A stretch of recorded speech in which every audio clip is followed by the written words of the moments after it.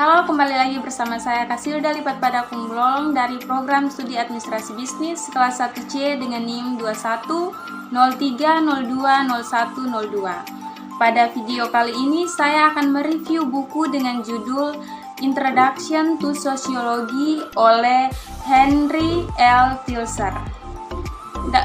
Pada buku ini terdiri dari 591 halaman dan terdiri dari 18 bab.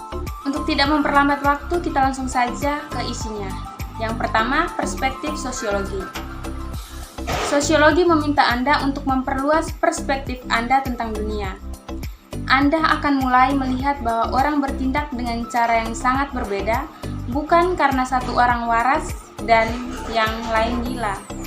Sebaliknya, itu karena mereka semua memiliki cara yang berbeda untuk memahami apa yang terjadi di dunia sekitar mereka.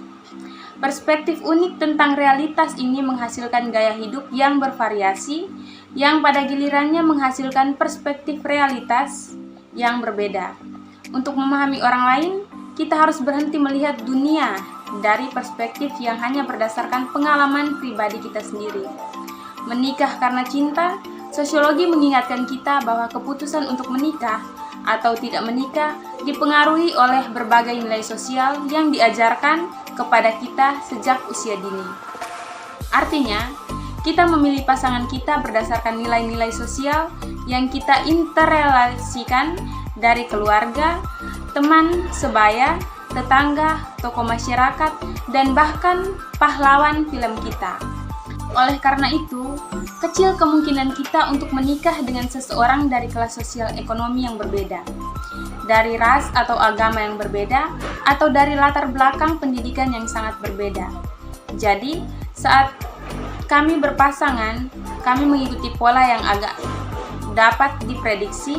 Dalam kebanyakan kasus, pria lebih tua menghasilkan lebih banyak uang dan memiliki status pekerjaan yang lebih tinggi daripada wanita. Pola ini mungkin tidak terlihat jelas bagi dua orang yang saling jatuh cinta. Memang, mereka mungkin tidak menyadari bahwa apapun selain romansa berperan dalam pilihan pasangan mereka. Sebagai sosiolog, sebagaimanapun kita mulai melihat pola pikir pernikahan.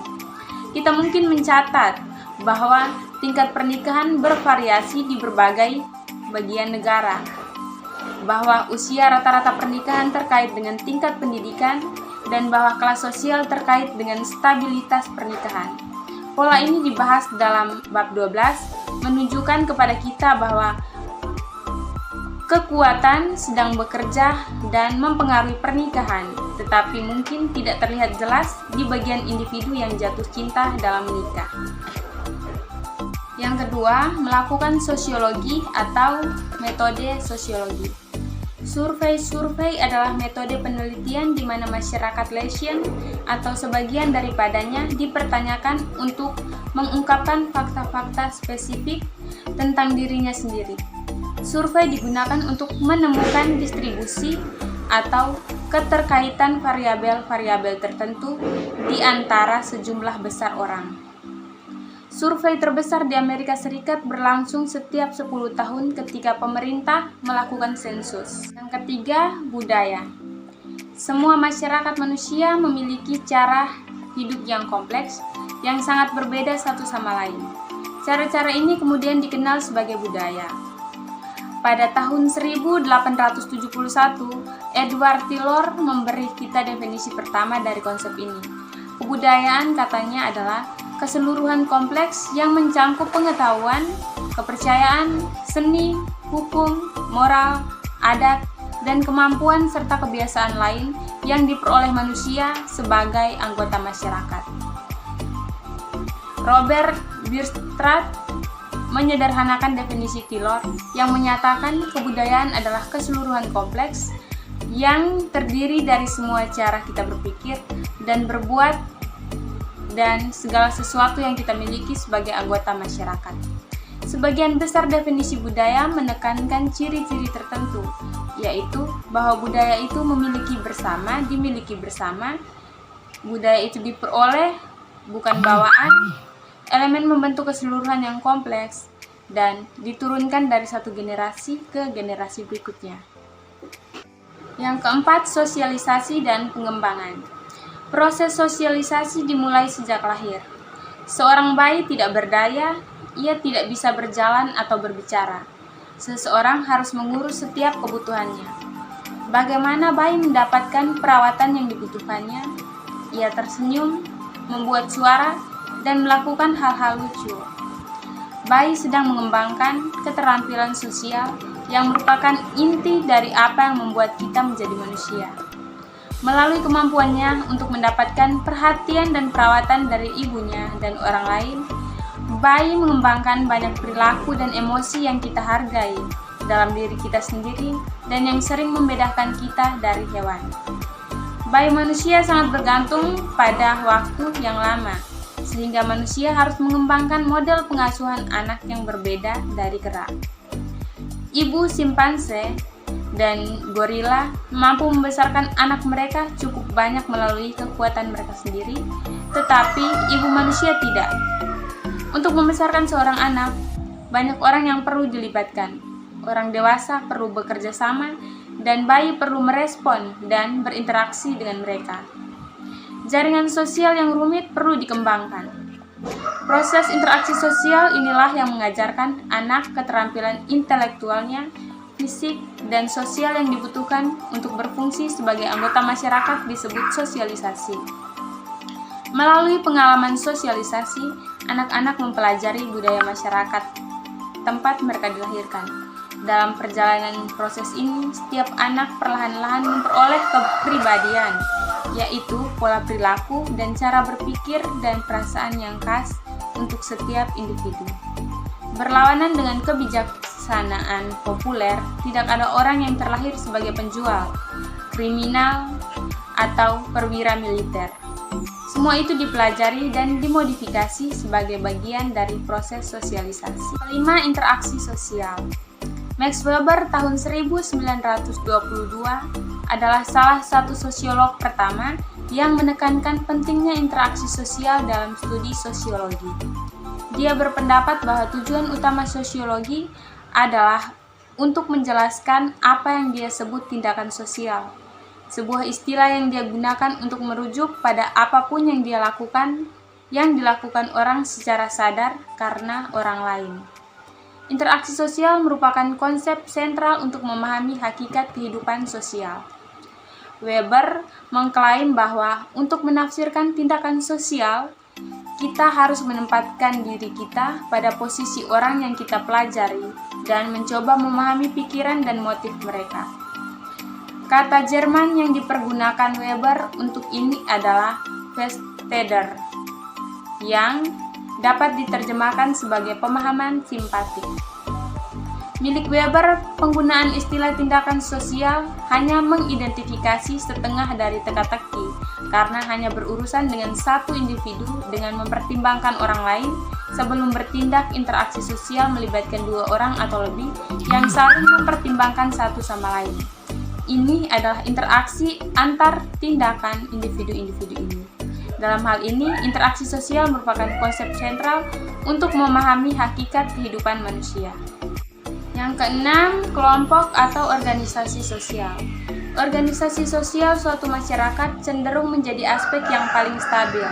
Organisasi sosial Amerika bagaimanapun mungkin tidak statis seperti kebanyakan masyarakat lainnya.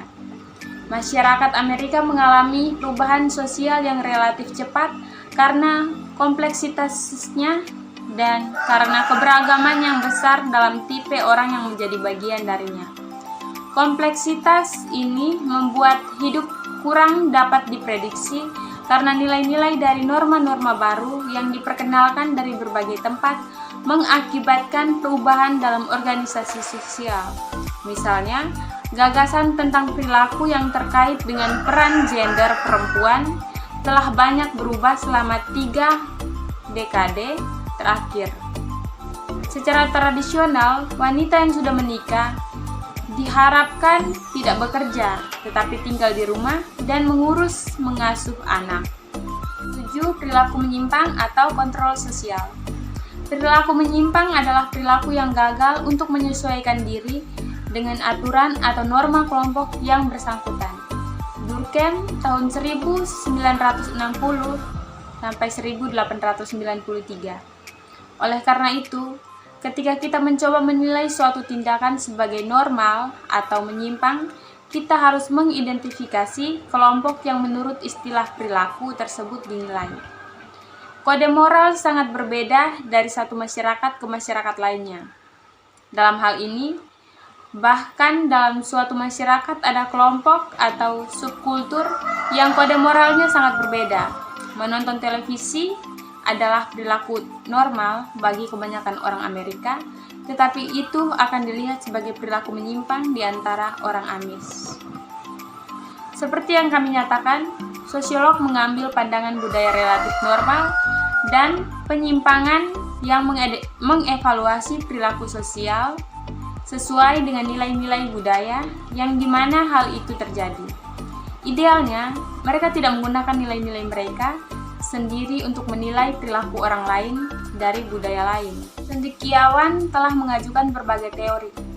Teori biologi seperti yang dikemukakan oleh Lombroso dan Sheldon menekankan pentingnya faktor keturunan dalam menghasilkan penyimpangan. Penjelasan psikologis menekankan faktor kognitif atau emosional dalam diri individu sebagai penyebab penyimpangan.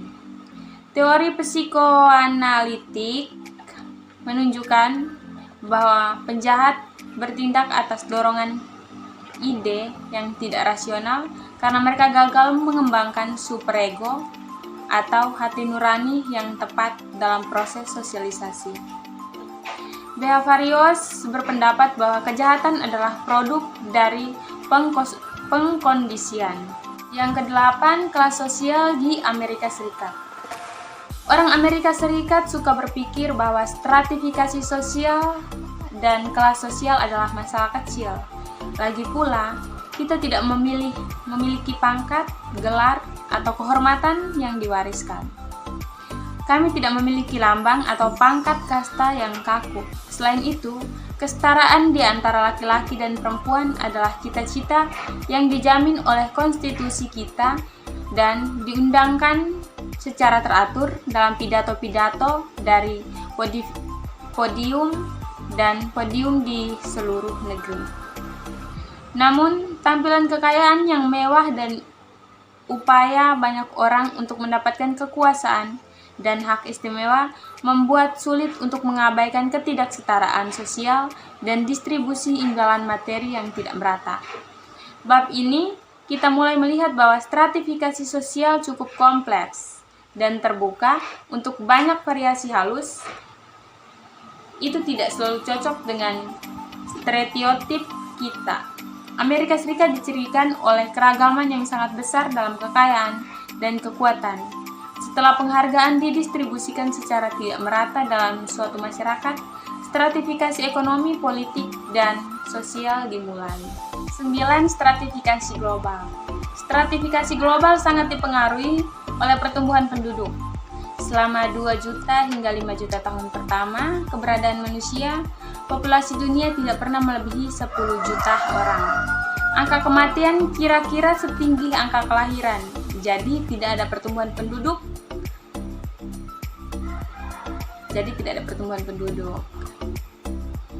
Saat ini populasi dunia meningkat 2 kali lipat setiap 58 tahun. Jika terus berkembang seperti ini, itu akan menjadi 4 kali lipat dalam 116 tahun. Situasi di mana kemiskinan dan kelaparan yang meluas mungkin terjadi.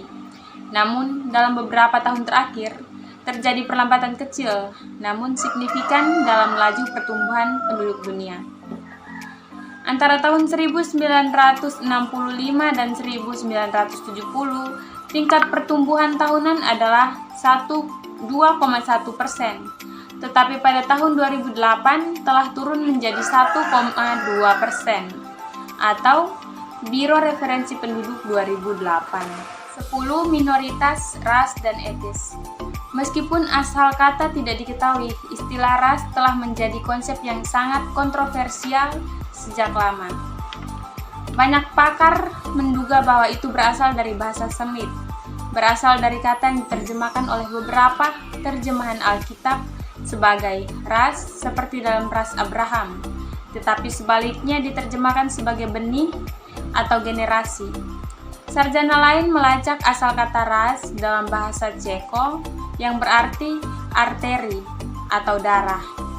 Lain untuk generasi Latin atau Aracia basciu atau areze mengacu pada hewan pejantan laki-laki.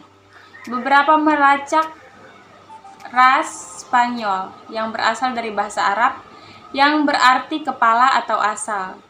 Dalam semua kemungkinan sumber ini, kata tersebut memiliki makna biologis yang menyikapkan keturunan, darah, atau hubungan.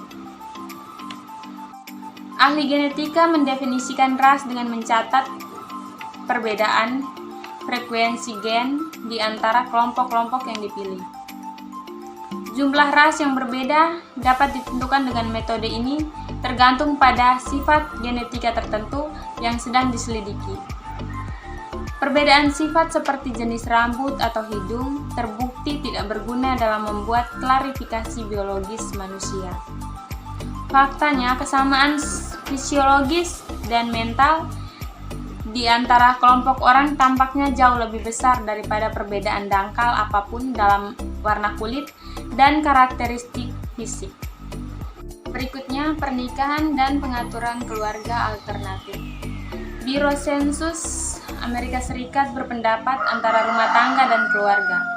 Rumah tangga terdiri dari orang-orang yang berbagi ruang hidup yang sama. Sebuah rumah tangga dapat mencangkup satu orang yang tinggal sendiri atau beberapa orang yang berbagi tempat tinggal. Sebuah keluarga, di sisi lain, memiliki definisi yang lebih tepat. Misalnya, dalam studi klasiknya tentang organisasi sosial dan keluarga, antropolog Georgi P. Murdoch tahun 1949 mendefinisikan keluarga sebagai berikut. Yang pertama, kelompok sosial yang dicirikan oleh tempat tinggal bersama, kerjasama ekonomi, dan reproduksi. Ini termaksud orang dewasa dari kedua jenis kelamin, setidaknya 2 di antaranya mempertahankan hubungan seksual yang disetujui secara sosial dan satu atau lebih anak memiliki atau adopsi, dan orang dewasa yang hidup bersama secara seksual. Definisi ini terbukti terlalu terbatas. Untuk satu hal, itu mengecualikan banyak jenis kelompok sosial yang tampaknya berdasarkan fungsi yang mereka layani pantas diberi label keluarga. Misalnya di Amerika, keluarga dengan orang tua tunggal dikenal luas. Terlepas dari definisi keluarga yang dibatasi Murdoch, itu adalah studi tahun 1949 tentang kekerabatan dan keluarga di 250 masyarakat yang menunjukkan institusi keluarga hadir di setiap masyarakat, yang membuat para ilmuwan sosial percaya bahwa beberapa bentuk keluarga adalah ditemukan di setiap masyarakat manusia yang dikenal. Demikian review buku yang berjudul Introduction to Sociology oleh Henry L. Tilser. Jika ada kesalahan, saya minta maaf. Sekian dan terima kasih.